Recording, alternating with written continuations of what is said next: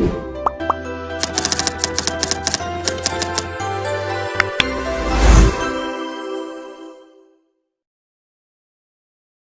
warahmatullahi wabarakatuh. Perkenalkan, nama saya Nur Atikah dengan NIM 2522128 dari kelas PTIK 6D. Video ini saya buat sebagai salah satu UAS dari mata kuliah jaringan nirkabel. Pada video kali ini saya akan memberikan penjelasan mengenai 4 materi. Yang pertama tentang antena, yang kedua internet satelit, yang ketiga jaringan seluler, dan yang keempat jaringan ad hoc. Baik, di sini saya akan menjelaskan tentang antena dalam jaringan nirkabel. Jadi, secara umum, antena itu adalah alat yang berfungsi untuk mengirim dan menerima sinyal dalam bentuk gelombang radio. Nah, di sistem jaringan tanpa kabel atau nirkabel seperti WiFi atau jaringan seluler, antena ini memegang peranan penting karena tanpa antena, sinyal tidak akan bisa dikirim lewat udara saja. Nah, adapun fungsi utama dari antena ini adalah sebagai penghubung antara perangkat elektronik seperti router atau juga access point dan dengan gelombang radio yang bergerak di udara. Jadi, antena berfungsi untuk mengubah sinyal listrik dari perangkat menjadi gelombang radio saat mengirim, dan begitu juga sebaliknya. Dia menangkap gelombang radio dan mengubahnya kembali menjadi sinyal listrik saat menerima. Nah, untuk tujuan dari penggunaan antena adalah memastikan sinyal bisa menjangkau area yang lebih luas. Memastikan area bisa menjangkau area yang lebih luas, lebih kuat, dan juga lebih stabil.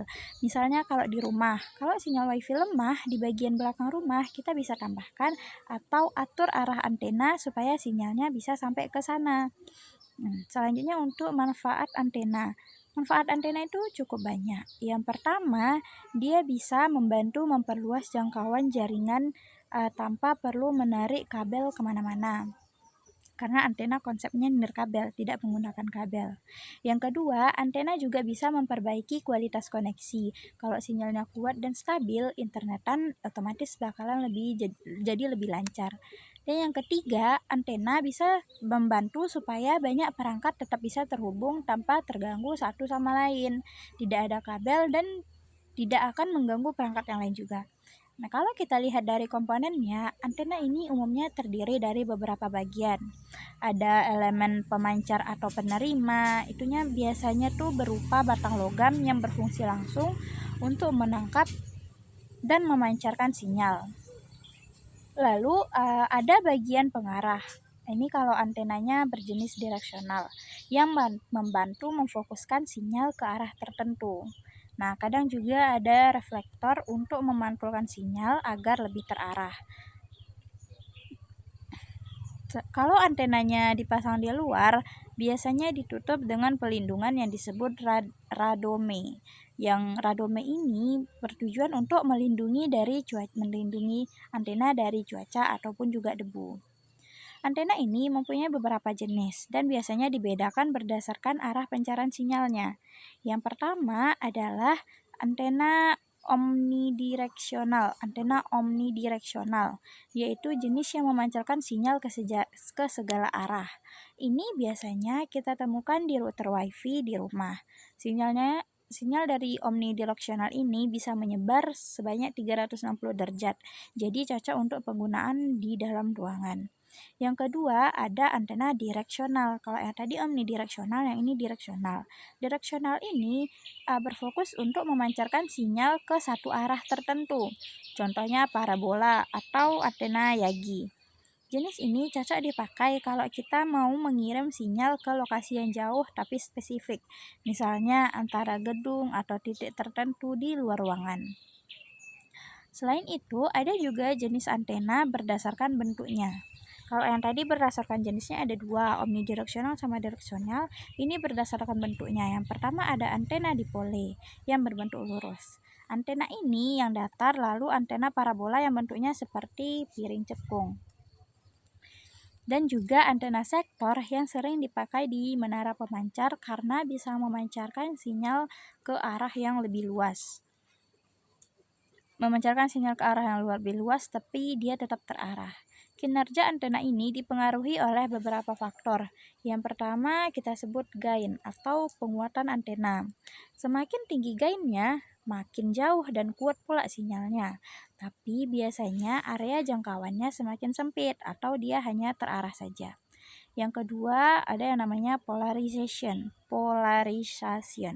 yaitu arah getaran sinyalnya.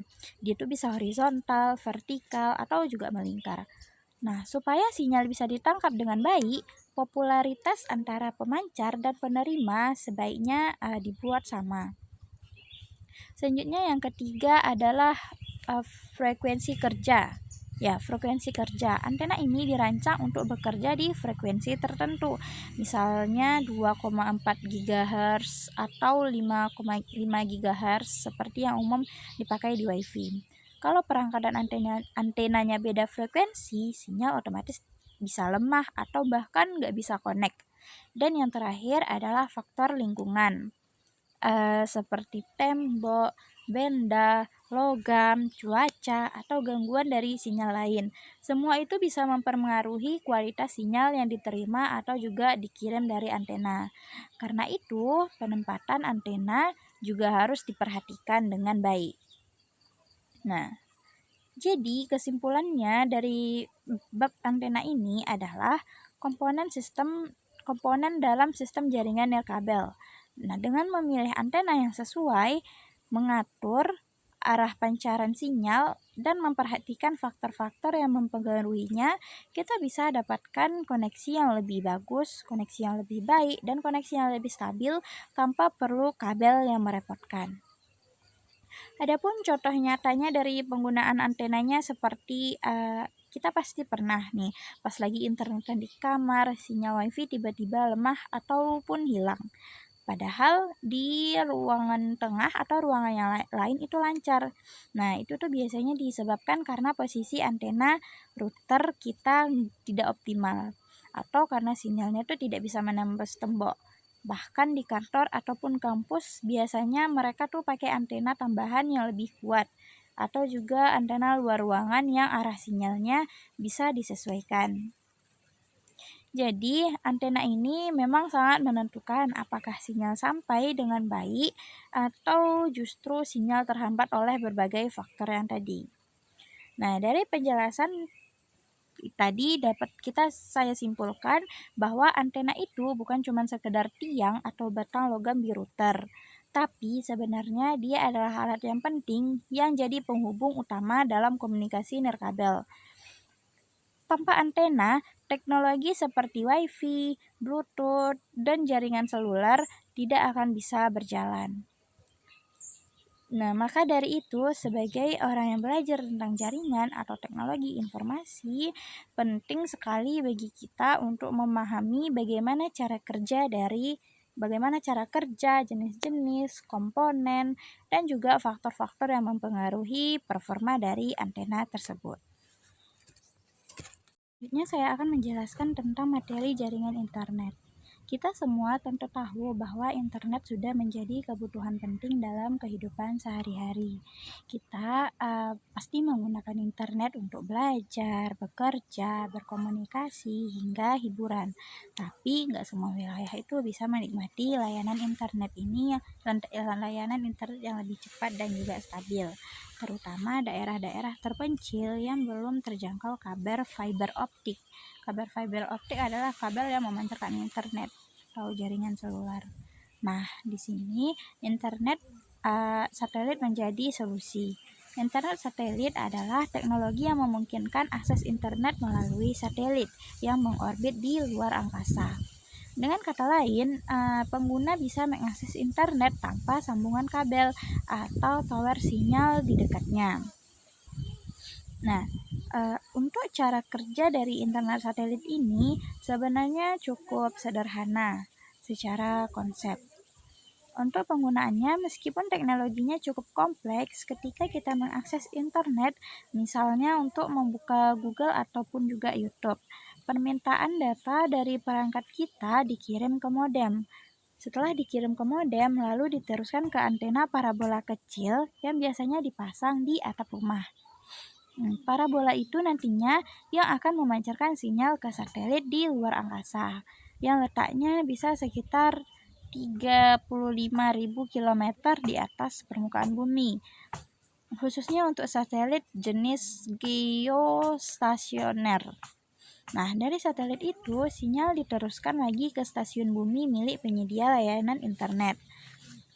Stasiun ini yang kemudian akan mengakses internet global dan mengirimkan ke data yang diminta ke arah pengguna melalui jalur yang sama sesuai dengan permintaan tadi. Jadi, sinyal akan bolak-balik antara bumi dan satelit. Ini yang memungkinkan terhubung ke internet. Adapun komponen utama dari sistem internet satelit ini terdiri dari 3 bagian penting. Yang pertama adalah stasiun bumi atau yang sering disebut namanya ground station. Fungsinya sebagai penghubung antara jaringan internet global dengan satelit. Komponen yang kedua tentu saja satelit itu sendiri yang mengorbit di atas bumi. Nah, satelit ini bekerja sebagai pengulang sinyal seperti repeater dan mengirim dan menerima data dari pengguna. Dan yang ketiga adalah perangkat yang digunakan oleh pengguna. Biasanya itu berupa antena parabola kecil atau modem satelit yang dipasang di atap-atap rumah tadi. Parabola ini bertugas untuk mengirimkan dan menerima sinyal dari satelit. Semuanya harus dipasang dengan tepat dan mengarah ke koordinat satelit yang sesuai agar koneksi bisa berjalan dengan lebih lancar. Selanjutnya, internet satelit ini memiliki jumlah kelebihan yang cukup menonjol. Yang paling utama adalah soal cakupan wilayahnya. Karena sinyalnya itu dipancarkan dari satelit atau dipancarkan dari luar angkasa, maka layanan ini bisa menjangkau hampir seluruh wilayah di bumi, termasuk juga daerah-daerah yang sulit dijangkau oleh jaringan seluler atau oleh kabel atau sinyal seluler biasa. Jadi, internet satelit ini sangat cocok untuk di daerah pelosok, pulau terpencil, kawasan pegunungan, bahkan digunakan juga oleh kapal laut dan juga pesawat udara. Untuk kelebihan berikutnya, jaring satelit ini instalasinya itu lebih fleksibel. Kita tidak perlu menunggu jaringan kabel yang ditarik ke desa atau ke daerah pedalaman. Cukup memasang antena parabola atau modem langsung bisa terhubung. Selain itu, internet satelit juga bisa menjadi solusi darurat. Misalnya saat bencana alam yang merusak infrastruktur jaringan di darat. Layanan satelit bisa tetap berjalan selama masih terhubung ke satelit yang di atas, yang di luar angkasa. Namun, di balik beberapa kelebihan tadi terdapat juga kelemahannya. Dan kelemahan yang paling terasa tuh jaringannya delay atau latensi. Karena jarak dari bumi ke satelit cukup jauh. Biasanya ada jeda waktu sekitar 500 milidetik atau lebih dalam proses komunikasi data. Nah, hal ini membuat internet satelit kurang cocok untuk aktivitas yang membutuhkan respon lebih cepat, seperti untuk game online, video call interaktif, atau streaming kualitas tinggi secara real time. Karena bisa saja jaringannya delay atau terhambat. Selain itu, biaya pemasangan dan langganan internet satelit juga biasanya lebih mahal dibandingkan dengan internet biasa atau dengan yang menggunakan kabel fiber optik. Peralatan seperti parabola, modem khusus, dan pemasangannya memerlukan biaya awal yang cukup besar. Meskipun begitu banyak pihak yang menganggap bahwa hal itu sepadan dengan apa yang didapatkan dari jaringan satelit ini, internet satelit ini, dan fleksibilitas yang ditawarkan, terutama di daerah yang tidak punya pilihan koneksi lain, tidak bisa ditarik kabel, menggunakan fiber optik, dan segalanya. Nah, saat ini internet satelit terus berkembang. Salah satu contoh yang cukup populer adalah proyek Starlink. Starlink mirip dari SpaceX yang menggunakan ribuan satelit kecil di orbit rendah bumi. Berbeda dengan satelit geostasioner yang tadi yang jaraknya cukup jauh, satelit Starlink ini berada lebih dekat ke bumi, hanya sekitar 500 sampai 2000 km. Nah, karena lebih dekat, latensinya juga lebih kecil, dia tidak akan delay dan lebih cepat. Kualitas internetnya bisa lebih cepat dan juga kualitas internetnya bisa juga lebih stabil. Pastinya ini membuka peluang besar untuk membuka internet satelit lebih terjangkau dan juga berkualitas. Bahkan bisa bersaing dengan layanan fiber optik di masa depan.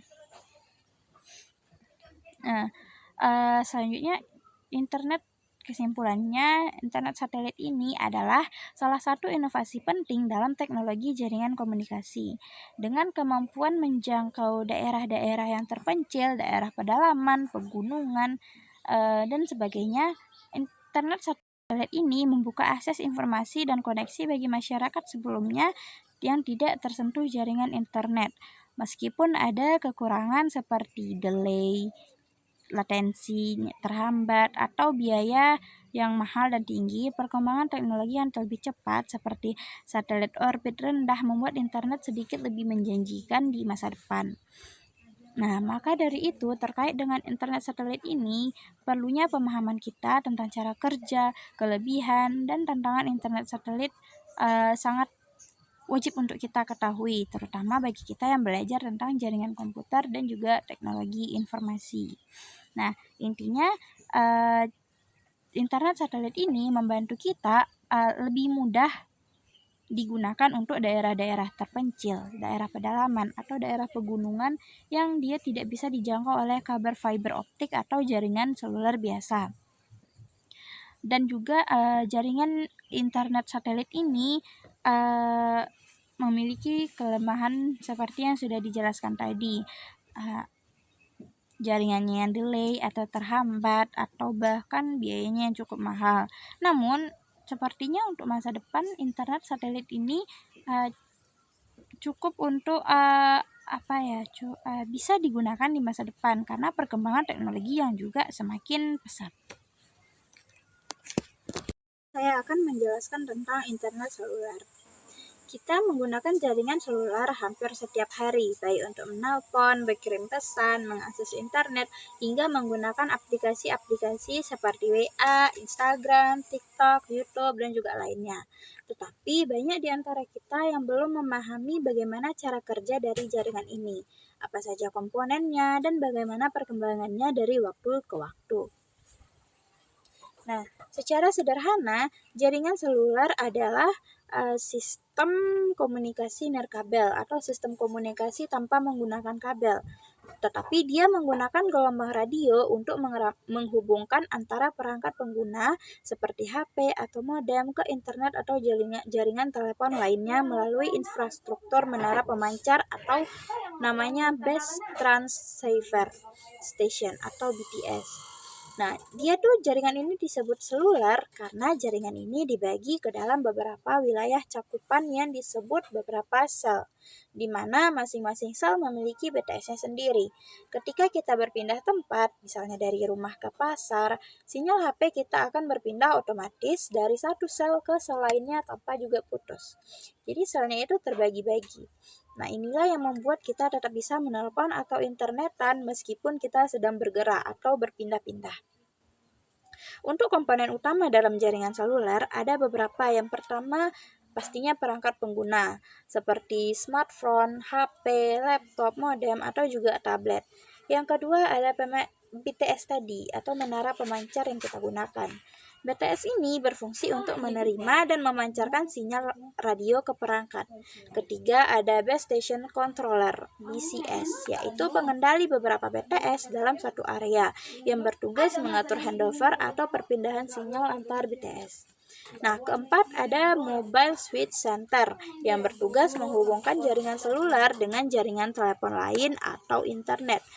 Selain itu, ada juga komponen pendukung lain seperti Home Location Register dan Visitor Location Register yang menyimpan data pengguna dan lokasi dari perangkat. Untuk cara kerja dari jaringan seluler, dimulai saat kita menyalakan HP. Perangkat kita akan mencari sinyal dari BTS terdekat.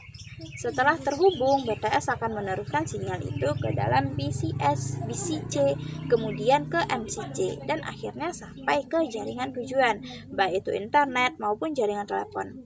Ketika kita melakukan panggilan atau browsing, proses itu terjadi sangat cepat dan terus-menerus diperbarui. Apalagi jika kita berpindah tempat, maka jaringan akan otomatis melakukan proses pemindahan handover agar koneksi tetap stabil tanpa terputus atau pemindahan sel ke sel yang lain tadi.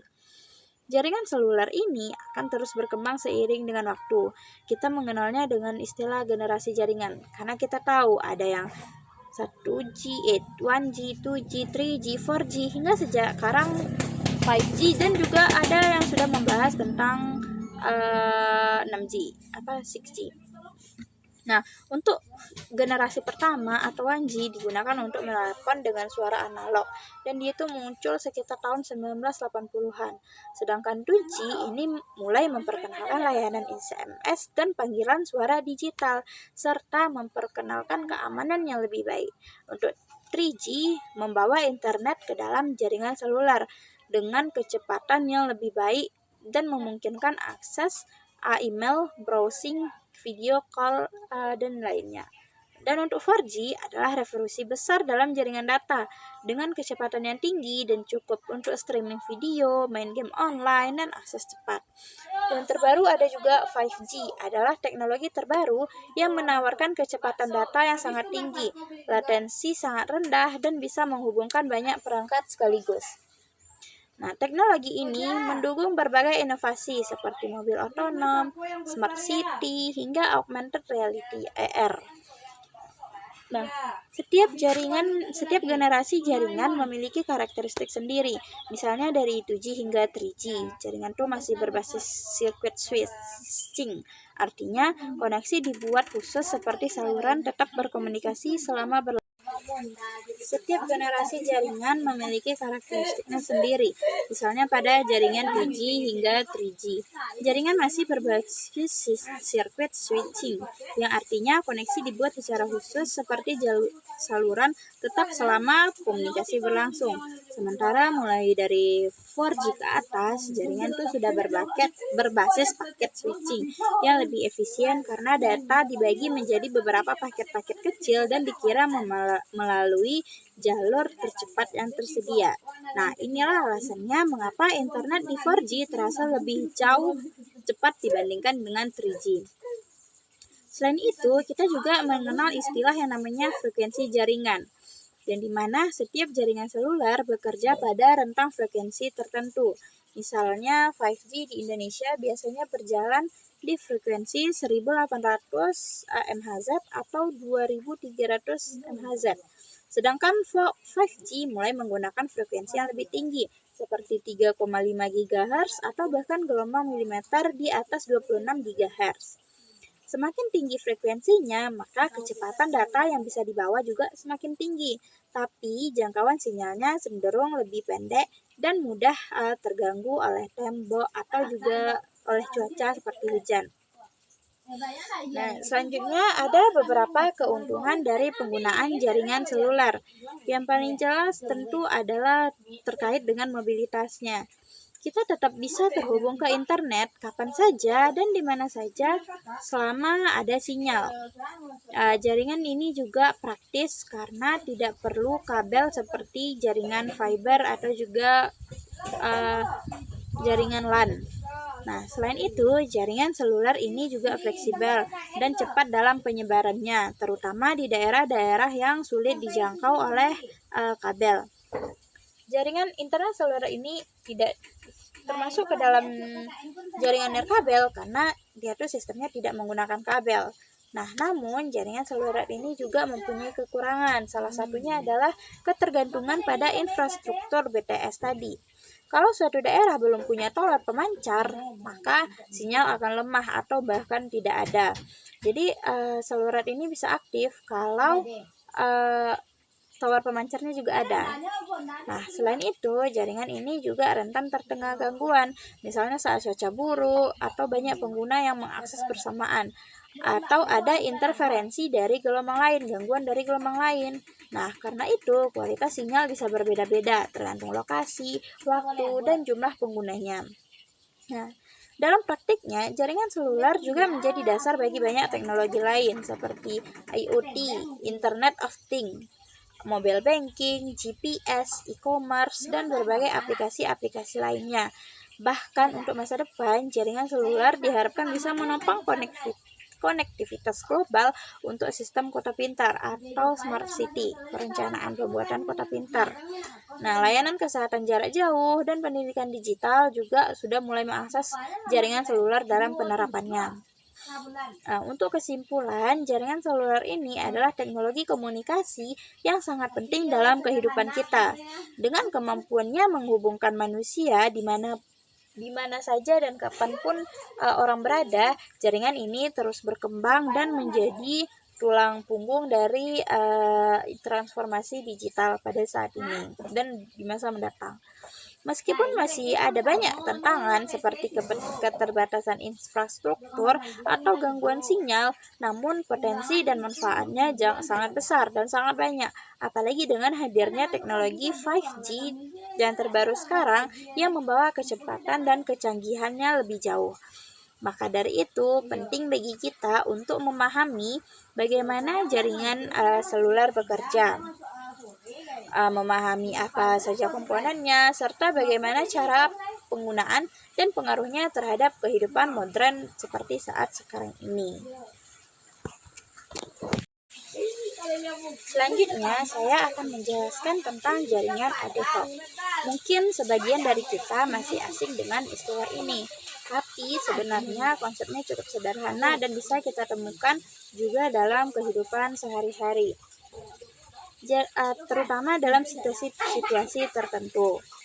Nah, jadi istilah jaringan ad hoc ini adalah jaringan komputer atau perangkat yang bisa terhubung satu sama lain secara langsung tanpa perlu ada perangkat pusat seperti router, server, atau juga access point.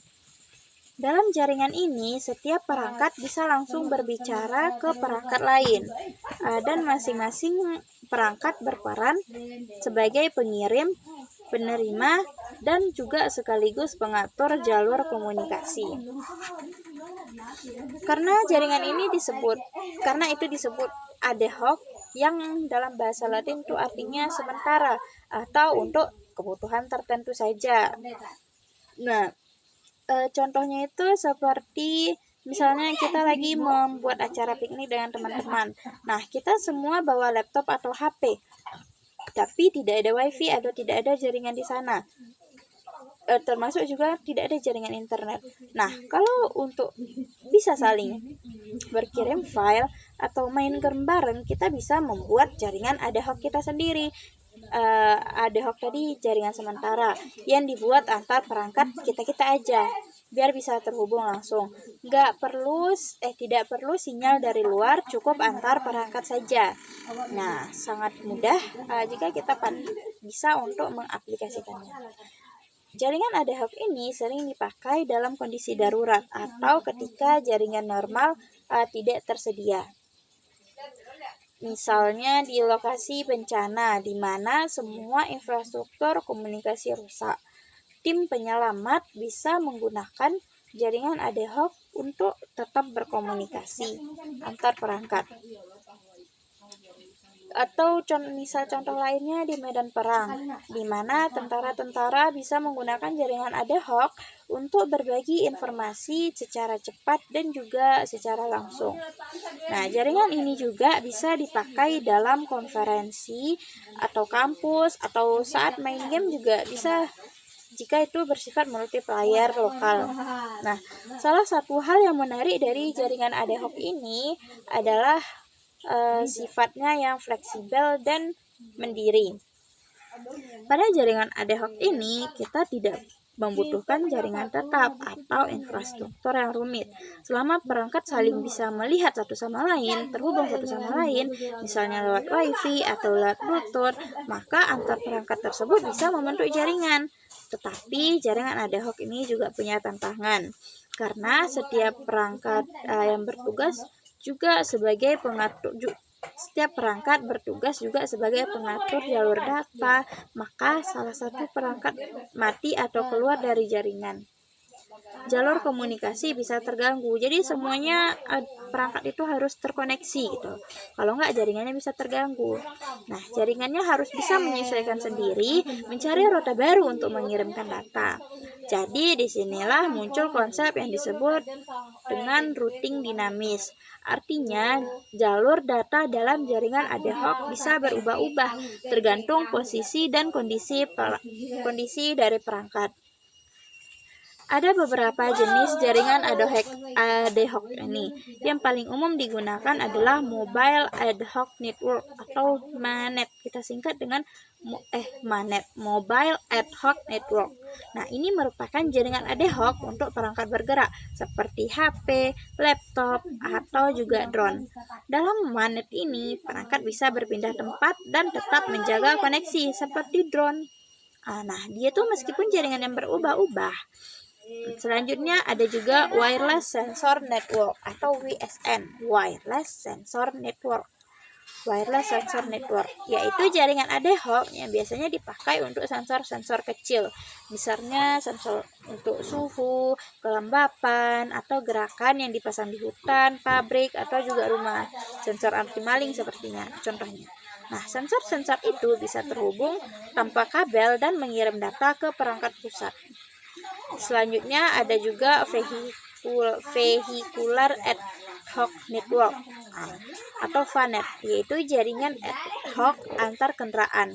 Ini cocok untuk digunakan di mobil pintar yang bisa berbagi informasi lalu lintas, kecelakaan, atau kondisi jalan antar sesama mobil. Nah, ad hoc ini pastinya memiliki kelebihan dari jaringan yang lain. Yang pertama itu pastinya jaringan ad hoc ini gampang dibentuk dan juga dia murah. Karena kita tidak perlu memasang kabel yang cukup banyak, kabel yang rumit.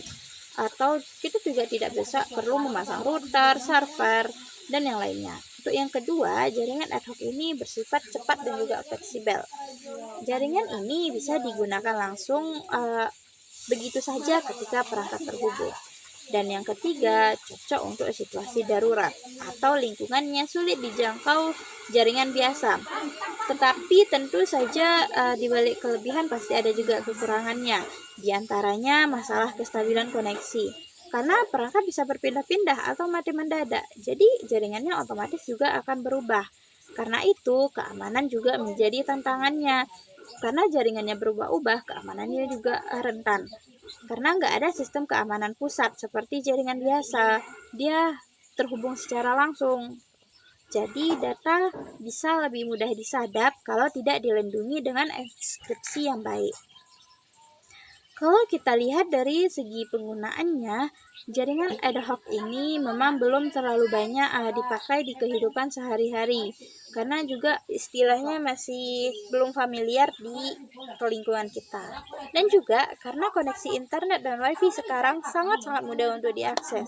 Tetapi dalam bidang militer, penelitian, dan aplikasi Internet of Things (IoT) tadi, jaringan ad hoc masih mempunyai peran besar. Bahkan beberapa teknologi di masa depan seperti mesh network dan juga smart city atau kota pintar tadi juga mengembangkan sistem berdasarkan prinsip jaringan ad hoc ini.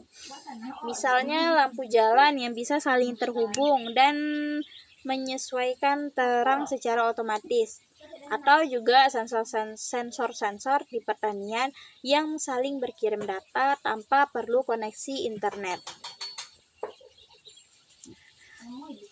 Jadi, kesimpulan dari jaringan ad hoc ini adalah jaringan fleksibel yang bisa dibentuk langsung antara perangkat dan perangkat tanpa langsung terhubung tanpa infrastruktur yang tetap. Jaringan ad hoc ini bersifat sementara, dinamis, dan cocok digunakan dalam kondisi darurat atau suatu kebutuhan khusus. Misalnya, meskipun ad hoc ini mempunyai tantangan seperti kestabilan dan keamanannya tadi, jaringan ini tetap memiliki potensi besar, terutama di bidang teknologi di masa depan, karena lebih mudah untuk diaplikasikan gitu untuk proyek-proyek besar seperti smart city tadi. Nah, jadi intinya jaringan ad hoc ini adalah jaringan yang terbentuk tanpa infrastruktur tambahan. Jaringan yang terbentuk untuk dengan terhubungnya perangkat yang satu dengan perangkat yang lain. Namun jaringan ad hoc ini memiliki kelemahan karena dia tidak stabil dan juga keamanan jaringannya juga bisa berubah-ubah. Nah, sekian saja video penjelasan tentang jaringan nirkabel dari saya. Apabila ada kesalahan, mohon maaf. Assalamualaikum warahmatullahi wabarakatuh.